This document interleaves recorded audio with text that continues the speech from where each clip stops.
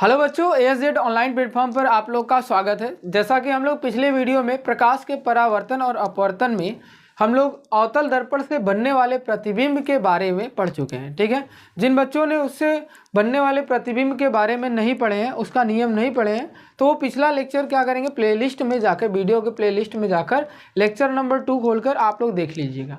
क्योंकि आज हम लोग स्टार्ट करेंगे उत्तल दर्पण से बनने वाले प्रतिबिंब जो बनाए जाते हैं उसके बारे में। तो जिन बच्चों ने नियम पता होगा, जिन बच्चों का नियम पता होगा, वही बच्चे इसका प्रतिबिंब बना सकते हैं। ठीक है, तो आइए हम लोग बनाते हैं।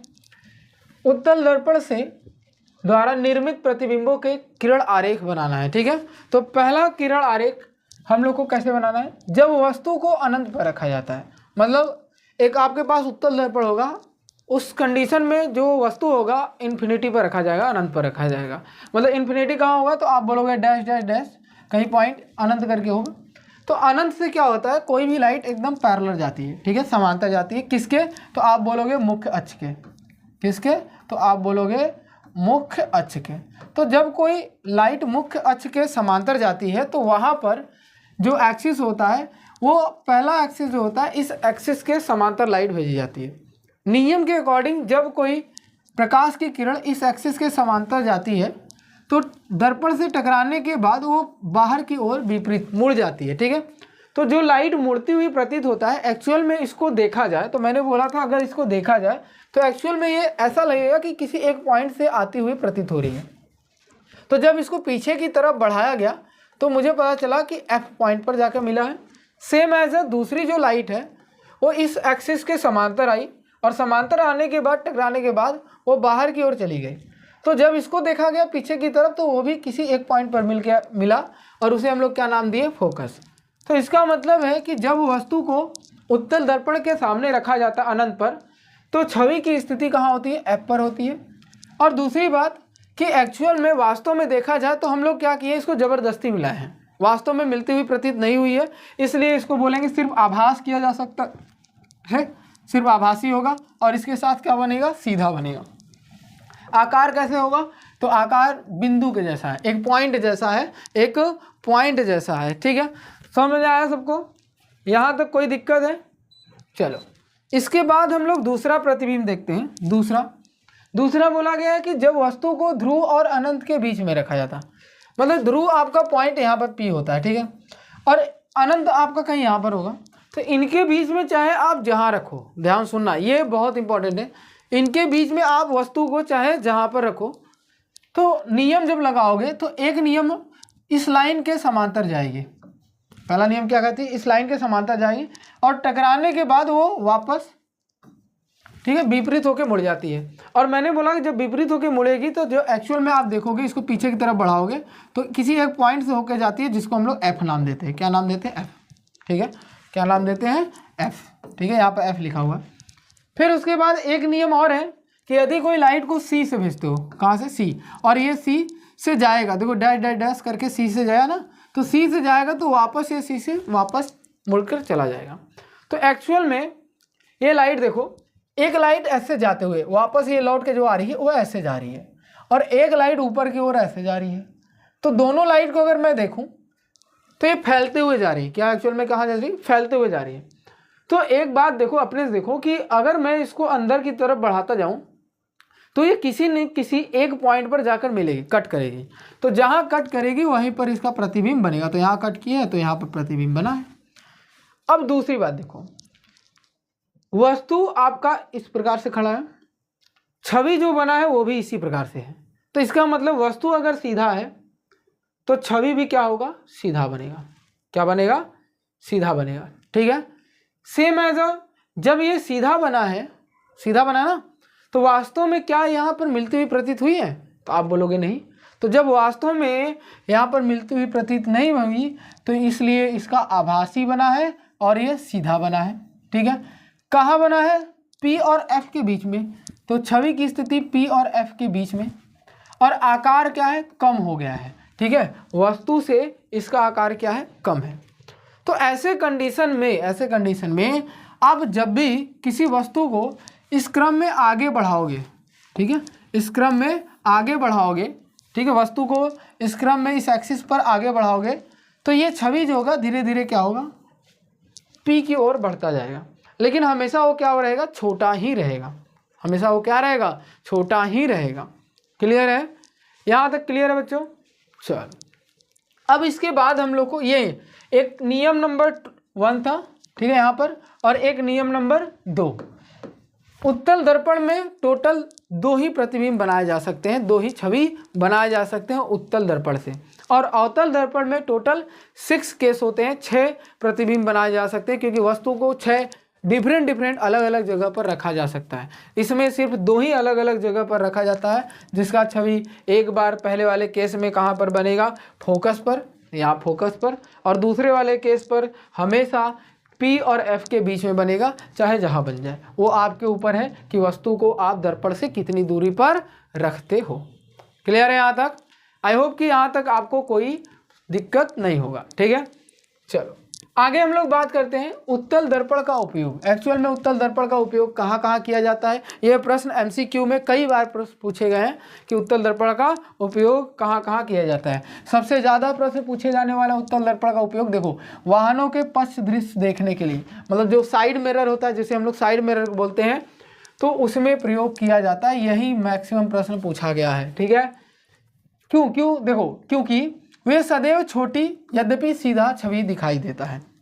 मतलब साइड मिरर में आप कभी भी देखते हो तो पीछे वाली जो गाड़ियाँ होती हैं वो आपको सीधी दिखाई देती है, एक ये बोला गया है सीधी, और सदैव छोटी, मतलब एक बड़ी गाड़ी है, आपके मोटरसाइकिल में भी आपके उसका फिगर क्या हो जाता है, बन जाता है।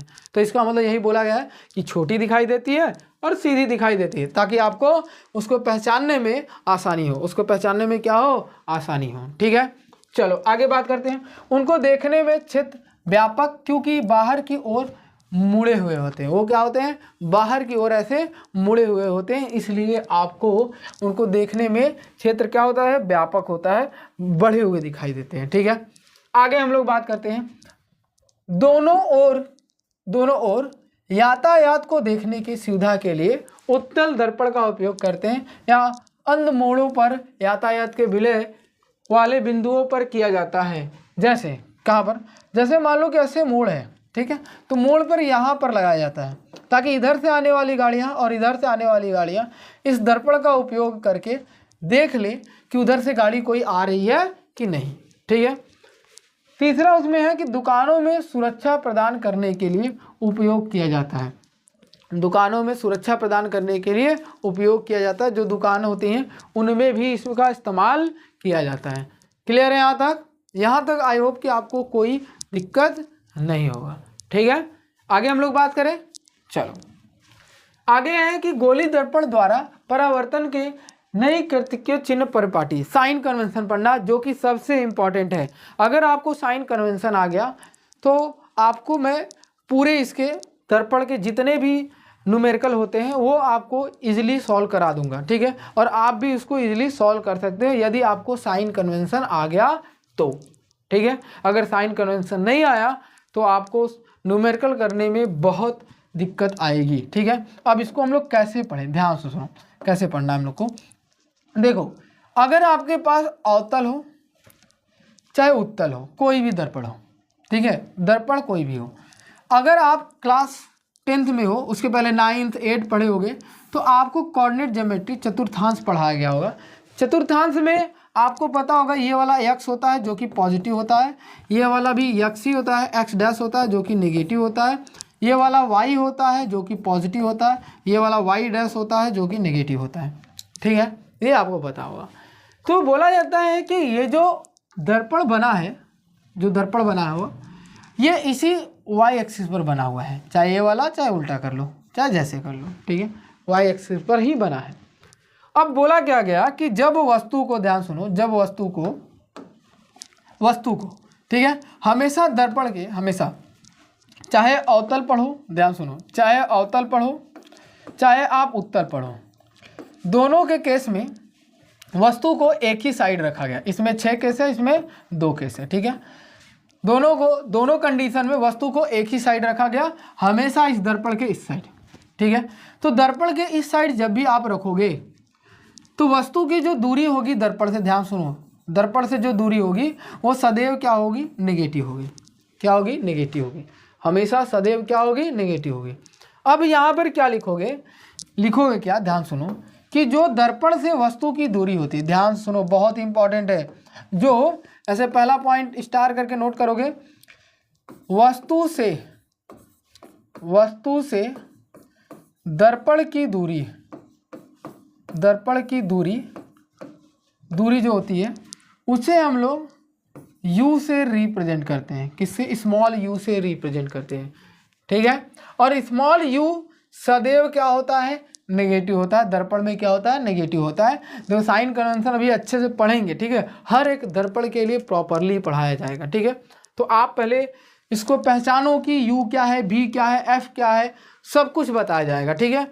तो u समझ में आया, वस्तु से दर्पण की दूरी, कोई भी दर्पण हो, ठीक है, चाहे अवतल हो चाहे उत्तल हो चाहे प्लेन ही हो, दोनों तीनों कंडीशन में वस्तु से दर्पण की दूरी को u से ही रिप्रेजेंट करेंगे, ठीक है।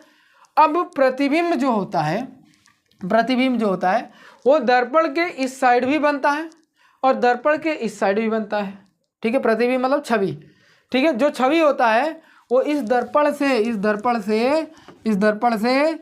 इस साइड भी बनता है और इस साइड भी, दोनों साइड बनता है।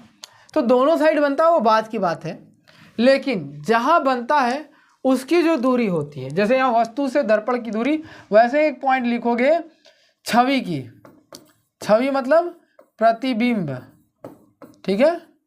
प्रतिबिंब से दर्पण की दूरी जो होती है उसे हम लोग भी से रिप्रेजेंट करते हैं। किससे करते हैं, भी से। क्लियर है यहाँ तक, ये आपका भी हो गया। अब दूसरी बात, दो बात समझ में आया ना, u किसे कहते हैं, वस्तु से दर्पण की दूरी, भी किसे कहते हैं, प्रतिबिंब से दर्पण की दूरी, दोनों क्लियर है। अब दो बात हो गई। तीसरी बात क्या कहता है कि यदि हाइट हमेशा ऑब्जेक्ट का ऊपर की ओर रखा जाता है, कैसे रखा जाता है, ऊपर, तो आपको पता है वाई एक्सिस, वाई अक्ष जो होता है ऊपर की ओर पॉजिटिव होता है, ठीक है, ऊपर की ओर क्या होता है, पॉजिटिव होता है। तो वाई एक्सिस मतलब हाइट ऑफ ऑब्जेक्ट, ओ लिखा जाता है HO, ठीक है।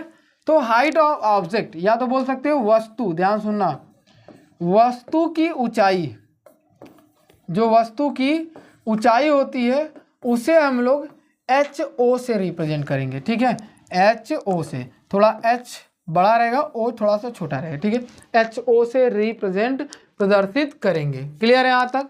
फिर उसके बाद जब कोई वस्तु रखा जाता है तो उसका प्रतिबिंब छवि भी किसी न किसी जगह बनता है। क्लियर है यहाँ तक। तो जब बनेगा तो उसको कैसे प्रदर्शित करेंगे, तो तीसरे के बाद चौथा पॉइंट होगा कि प्रतिबिंब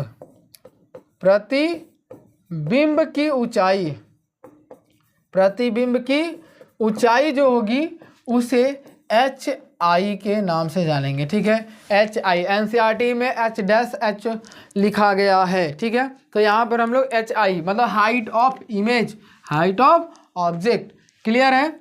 अब साइन कन्वेंशन में हम लोग कैसे पहचानेंगे इनका साइन, अब इतना समझ में आया, वस्तु से दर्पण की दूरी u, छवि प्रतिबिंब से दर्पण की दूरी v, वस्तु की ऊंचाई HO, प्रतिबिंब की ऊंचाई HI।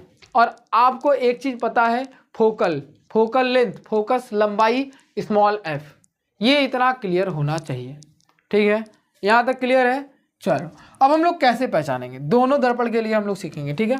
देखो दोनों दर्पण के लिए कैसे हम लोग सीखेंगे, ध्यान सुनो। पहला अगर हम लोग बात करते हैं कौन सा दर्पण, सबसे पहले हम लोग बात करेंगे, ध्यान सुनो, अवतल दर्पण। देखो बच्चों ध्यान से सुनना, ठीक है। अवतल दर्पण कैसे हम लोग पहचानेंगे, अवतल दर्पण को जब मैंने आपके सामने रखा था तो उस स्थिति में इससे टोटल कितने फिगर बने थे, तो टोटल 6 केस बनाया था इसने, टोटल प्रतिबिंब कितना बनाया था, 6 में से आप ध्यान से देखो 5 ऐसे प्रतिबिंब थे जो दर्पण के, मतलब दर्पण के, ध्यान सुनो, दर्पण के यहाँ पर वस्तु रखने पर, इस साइड वस्तु रखने पर प्रतिबिंब भी इसी साइड प्राप्त होता था। प्रतिबिंब भी इसी साइड प्राप्त होता था। ठीक है, तो इसका मतलब 5 केस तो ऐसा है। ओनली 1 केस जो होता है वो इस साइड मिला था, एक साइड मिला था।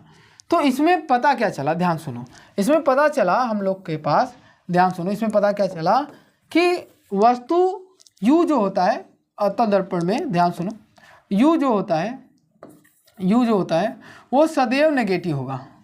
सदैव क्या होगा, ऋणात्मक होगा। ठीक है, सदैव क्या होगा, नेगेटिव होगा। ये हम लोग क्यों सीख रहे हैं, क्योंकि क्वेश्चन करने के लिए। और भी जो होगा वो आपका पॉजिटिव भी होगा और नेगेटिव भी होगा। ठीक है, पॉजिटिव भी होगा और नेगेटिव भी होगा। कब होगा वो भी बात करेंगे। और एफ जो होगा, एफ फोकल लेंथ, ठीक है, फोकस दूरी जो होगा वो कैसे पहचानेंगे। देखो ये आपका अवतल में जब कोई प्रकाश की लाइट अवतल दर्पण से टकराता है तो केंद्रित जो होता है वो इस साइड होता है। तो इस एक्सिस से ये इस साइड है ना, इस साइड में पॉजिटिव, इस साइड में नेगेटिव। तो यहाँ पर एफ का मान क्या होगा, नेगेटिव हो जाएगा। क्लियर है यहाँ पर। अब हम लोग भी में थोड़ा समस्या है कि भी को हम लोग कैसे पहचानेंगे, कब पॉजिटिव कब नेगेटिव। ध्यान सुनना, कब पॉजिटिव कब नेगेटिव। तो हम लोग भी को 2 पार्ट में अलग करते हैं। ठीक है, 2 पार्ट में अलग किया और 2 पार्ट में 5 पार्ट सेम होगा, 5 पार्ट सेम होगा और 1 पार्ट सबसे अलग होगा। 5 पार्ट में जो वास्तविक फिगर बनाता था, ठीक है, क्या बनाता था, वास्तविक के साथ कौन सा, तो बोलोगे उल्टा। और एक केस में वो आभासी बनाया है, एक केस में क्या बनाया है, आभासी, और आभासी के साथ सीधा।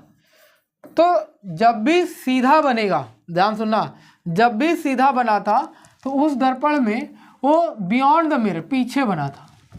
तो ऐसे कंडीशन में ये क्या हो गया, पॉजिटिव, क्योंकि एक्सिस के इस साइड है, एक्स एक्सिस पॉजिटिव एक्स।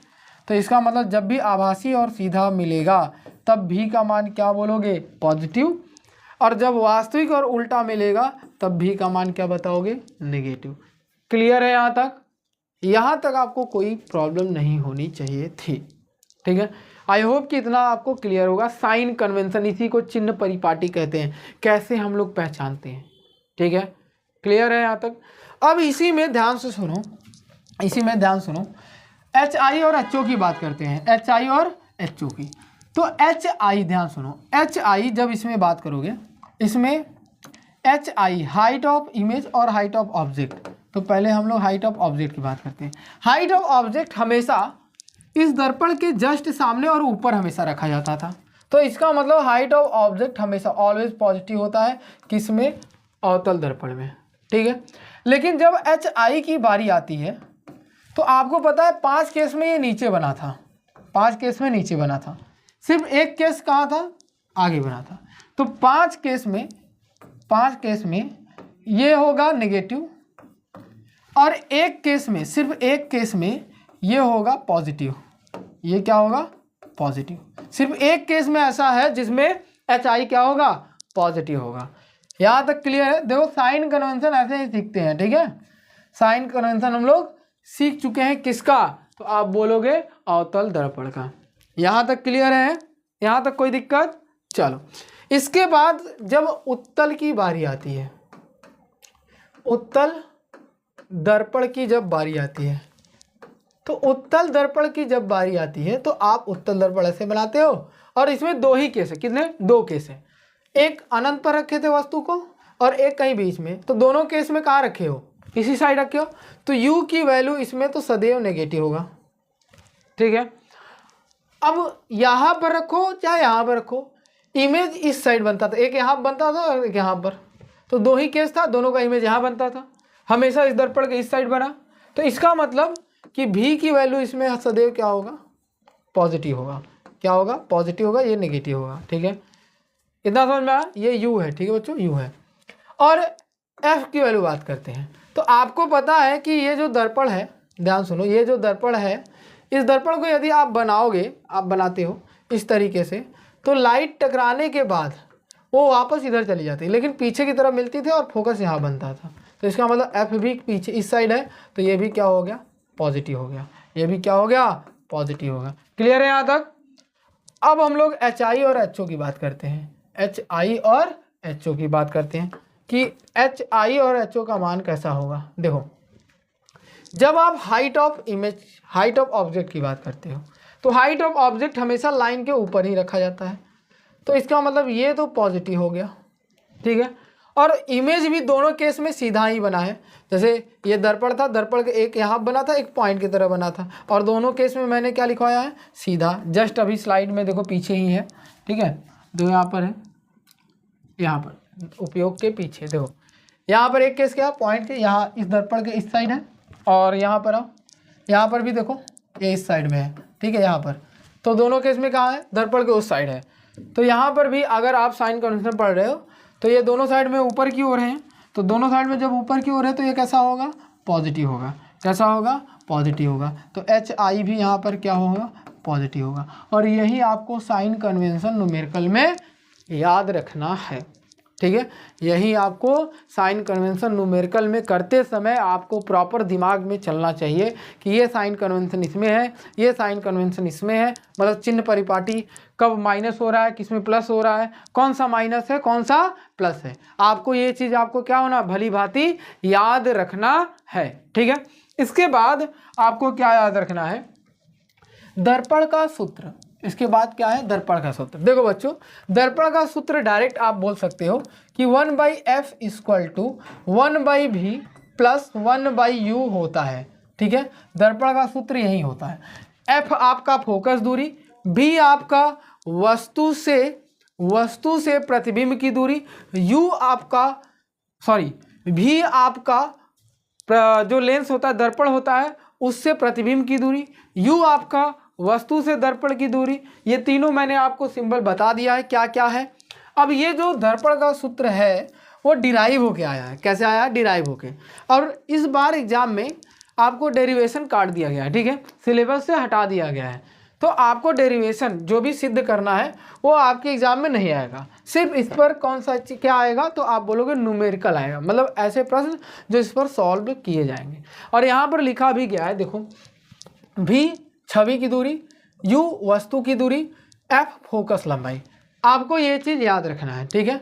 ये आपके पास फार्मूला है 1/f = 1/v प्लस 1/u। और ये किसका सूत्र है, दर्पण का। कोई भी दर्पण है, चाहे अवतल चाहे उत्तल, दोनों के लिए यही दर्पण का सूत्र लगाया जाएगा, ठीक है। तो अगले वीडियो में हम लोग क्वेश्चन इस पर ढेर सारा करेंगे, ठीक है। अगले वीडियो पे इस पर क्वेश्चन हम लोग ढेर सारा करेंगे, अवतल उत्तल दोनों का, ठीक है। आगे हम लोग बात करते हैं इसी पर, गोलाकार दर्पणों का आवर्धन। आवर्धन का मतलब होता है कि जो भी वस्तु है वो प्रतिबिंब से कितना गुना बड़ा या कितना गुना छोटा बना है, ठीक है। मतलब कितना बड़ा है और कितना छोटा है, यही हम लोग डिफाइन करने के लिए एक नाम लाए हैं, आवर्धन, ठीक है। अब देखो, यह छवि की ऊंचाई और वस्तु के ऊंचाई का अनुपात होता है। छवि की ऊंचाई मतलब HI और छवि वस्तु की ऊंचाई मतलब HO, ठीक है, यही दोनों होगा ना। अब इसका मतलब समझो कि यदि आवर्धन को m से रिप्रेजेंट करते हैं, किससे, m से, तो इसका मतलब एक फार्मूला आ गया, m = HI/HO। एक फार्मूला ये आ गया, ठीक है, यही बोला ना पहला लाइन। तो यहाँ पर लिखा भी गया है, देखो यहाँ पर इसमें नहीं लिखा हुआ, ठीक है, लेकिन एक फार्मूला आप याद रखो, m = HI/HO, ठीक है। m क्या है यहाँ पर, तो आवर्धन है यहाँ पर, ठीक है। यहाँ पर m क्या है, आपका आवर्धन है, ठीक है, ये आपका आवर्धन है। साथ ही साथ m = -v/u होता है। मतलब जो आपकी दूरी होती है, आपकी जो दूरी होती है किसका, एक छवि और एक वस्तु का, वो भी फार्मूला, मतलब यहाँ पर बोला गया है m = -v/u भी होता है। दोनों फार्मूले हैं, एक ये फार्मूला, एक ये फार्मूला। अगर इन दोनों इक्वेशन को इक्वेट करोगे तो m = HI/HO -v/u। I hope कि आपको इन सिंबलों में कोई दिक्कत है। m आवर्धन, HI मतलब प्रतिबिंब की ऊंचाई, HO मतलब वस्तु की ऊंचाई, v मतलब प्रतिबिंब की दूरी दर्पण से, u मतलब वस्तु की दूरी दर्पण से। क्लियर है यहाँ तक। अब इसमें क्या बोला गया, ध्यान सुनो, यहाँ ये बहुत इंपॉर्टेंट है क्योंकि इससे आपको MCQ बनता है। यदि m ऋणात्मक है तो छवि वास्तविक होगा। मतलब m की वैल्यू यदि माइनस में आ रहा है, किस में आ रहा है, माइनस में। क्या आ रहा है उससे नहीं मतलब, माइनस आ गया गलती से, किस में आ गया, माइनस आ गया। तो इसका मतलब वास्तविक, हमेशा वास्तविक फिगर बनाएगा, ठीक है। मतलब वास्तव में वो पर्दे पर छवि बनाए जा सकते हैं, ये कह रहा है, ठीक है। दूसरा बोला है यदि m धनात्मक हो गया, m क्या हो गया, धनात्मक हो गया, पॉजिटिव आ गया, मतलब m की वैल्यू जो भी आई उससे नहीं मतलब पॉजिटिव आ गया, पॉजिटिव आ गया तो छवि क्या होगा, आभासी होगा। एक लाइन में याद रखना है, धनात्मक पर आभासी, ऋणात्मक पर वास्तविक। किसमें, सिर्फ दर्पण में, सिर्फ और सिर्फ दर्पण में। जब हम लोग लेंस पढ़ेंगे तब वहां पर बात होगी। अब बोला है कि यदि HI, ध्यान सुनो, HI बराबर हो गया HO के, ये बराबर हो गया, तो उस कंडीशन में m = 1 होगा। मतलब जितना हाइट प्रतिबिंब का है उतना ही वस्तु का हो गया। तो ऐसा एक ही कंडीशन है जब वस्तु को हम लोग C पर रखते थे और प्रतिबिंब C पर ही बनता था, तो उस कंडीशन पर वस्तु प्रतिबिंब के बराबर आता था, ठीक है। तो ऐसा एक ही कंडीशन है और उस समय देखो बोला गया छवि वस्तु के बराबर आता था, ठीक है। अगर m की वैल्यू ग्रेटर देन 1 है, अब यहाँ पर माइनस प्लस नहीं आता, कभी मान लो m की वैल्यू -2 आ गया, तो माइनस किसको प्रदर्शित किया, वास्तविक को, और 2 किसको रिप्रेजेंट कर रहा है, m ग्रेटर देन 1 को, ठीक है। तो माइनस कुछ और बता रहा है और ये नंबर कुछ और बता रहे हैं, ठीक है, अलग अलग वैल्यू दिख रही। तो m की वैल्यू जब ग्रेटर देन 1 होगा तो इसका मतलब अर्थात जो छवि है वो क्या होगा, बड़ा बनेगा, ठीक है। यदि HI लेस, देखो HI लेस देन HO होगा तो m उस कंडीशन में क्या होगा, लेस देन 1 से छोटा होगा, उस समय जो प्रतिबिंब या छवि होगा वो क्या होगा, छोटा बनेगा। क्लियर है यहाँ तक। कब छोटा बनेगा, कब बड़ा बनेगा, कब आभासी होगा, कब वास्तविक होगा, ये आपको प्रश्न में पहचानने के लिए आता है कि वस्तु का जो छवि हो कितनी दूर बनी, उसका प्रकृति ज्ञात कीजिए, उसकी साइज ज्ञात कीजिए और किरण आरेख बनाइए। ये आपके किसमें, क्वेश्चन में पूछा जाएगा जब हम लोग क्वेश्चन करेंगे, ठीक है। चलो अगला हम लोग बात करते हैं, समतल दर्पण का आवर्धन सदैव +1 होता है। क्या होता है, समतल दर्पण का आवर्धन क्या होता है, +1। तो आप एक नोट करके याद रखोगे, समतल दर्पण मतलब m = हमेशा क्या होता है, +1 होता है। कोई पूछा क्यों, क्योंकि मैंने बताया था कि अगर एक दर्पण है, ध्यान सुनना, एक दर्पण है तो इस दर्पण के सामने अगर जितना हाइट होगा, इसका हाइट h है तो इसका भी हाइट कितना होगा, तो आप बोलोगे h होगा, ये मैंने पढ़ा चुका हूँ। तो इसका मतलब m = h/h, तो कट गया तो वैल्यू क्या आ गई, 1। क्लियर। तो यही बोला गया है, सदैव 1 होता है, +1 होता है, ठीक है। प्लस चिन्ह आभासी छवि को प्रदर्शित करता है। तो प्लस है तो प्लस अभी जस्ट हम लोग पीछे बात करके भाई कि जो धनात्मक होता है वो आभासी है, और एक्चुअल में हम लोग जानते हैं कि शीशे के अंदर बना हुआ प्रतिबिंब सिर्फ आभास कर सकते हैं, हम लोग देख सकते हैं, लेकिन किसी पर्दे पर अगर बोलूँ कि वही प्रतिबिंब निकाल के पर्दे पर दिखा दो तो ऐसा पॉसिबल नहीं है, ठीक है। अब देखो 1 इंगित करता है कि छवि वस्तु का आकार बराबर है। 1 क्या इंगित करता है कि जो भी छवि है वो वस्तु के बराबर है। m पॉजिटिव है और 1 से कम है तो यह उत्तल दर्पण है। अगर m पॉजिटिव है, ध्यान सुनो, m पॉजिटिव है लेकिन 1 से अधिक है तो इसका मतलब वो अवतल दर्पण है। ये बहुत देखो बढ़िया कॉन्सेप्ट है। m पॉजिटिव है, दोनों केस में पॉजिटिव होता है, लेकिन कम हुआ तो क्या मारोगे, उत्तल। लेकिन यही 1 से अधिक हो गया और पॉजिटिव है तो क्या मारोगे, अवतल, ठीक है। चलो यदि m नेगेटिव है तो इसका मतलब जाहिर सी बात है वो अवतल ही होगा, क्योंकि यही जो है अवतल यही इधर उधर करता है, ठीक है। ये बहुत हरामी है, ये बहुत हरामी है, ठीक है, क्योंकि इसका हाथ पाय दोनों, एक घी में एक मक्खन में, दोनों में होता है, ठीक है। क्योंकि ये प्लस भी देता है माइनस भी देता है, क्वेश्चन भी इसके बहुत थोड़े इधर उधर रहेंगे, ठीक है। तो इसके बाद हम लोग को क्या सीखना है, इसके बाद हम लोग को सीखना है अगले वीडियो में कि न्यूमेरिकल कैसे लगाएं, ठीक है, न्यूमेरिकल को काफ़ी अच्छे से कैसे सॉल्व करें, ठीक है। तो मिलते हैं अगले वीडियो में, तब तक के लिए धन्यवाद। अगर वीडियो अच्छी लगी हो तो आप चैनल को सब्सक्राइब जरूर करिएगा, कमेंट करिएगा, शेयर करिएगा। अगर अभी अभी आपको कोई दिक्कत है तो कमेंट बॉक्स में कमेंट जरूर करिएगा, ठीक है। तो मिलते हैं अगले वीडियो में, तब तक के लिए धन्यवाद।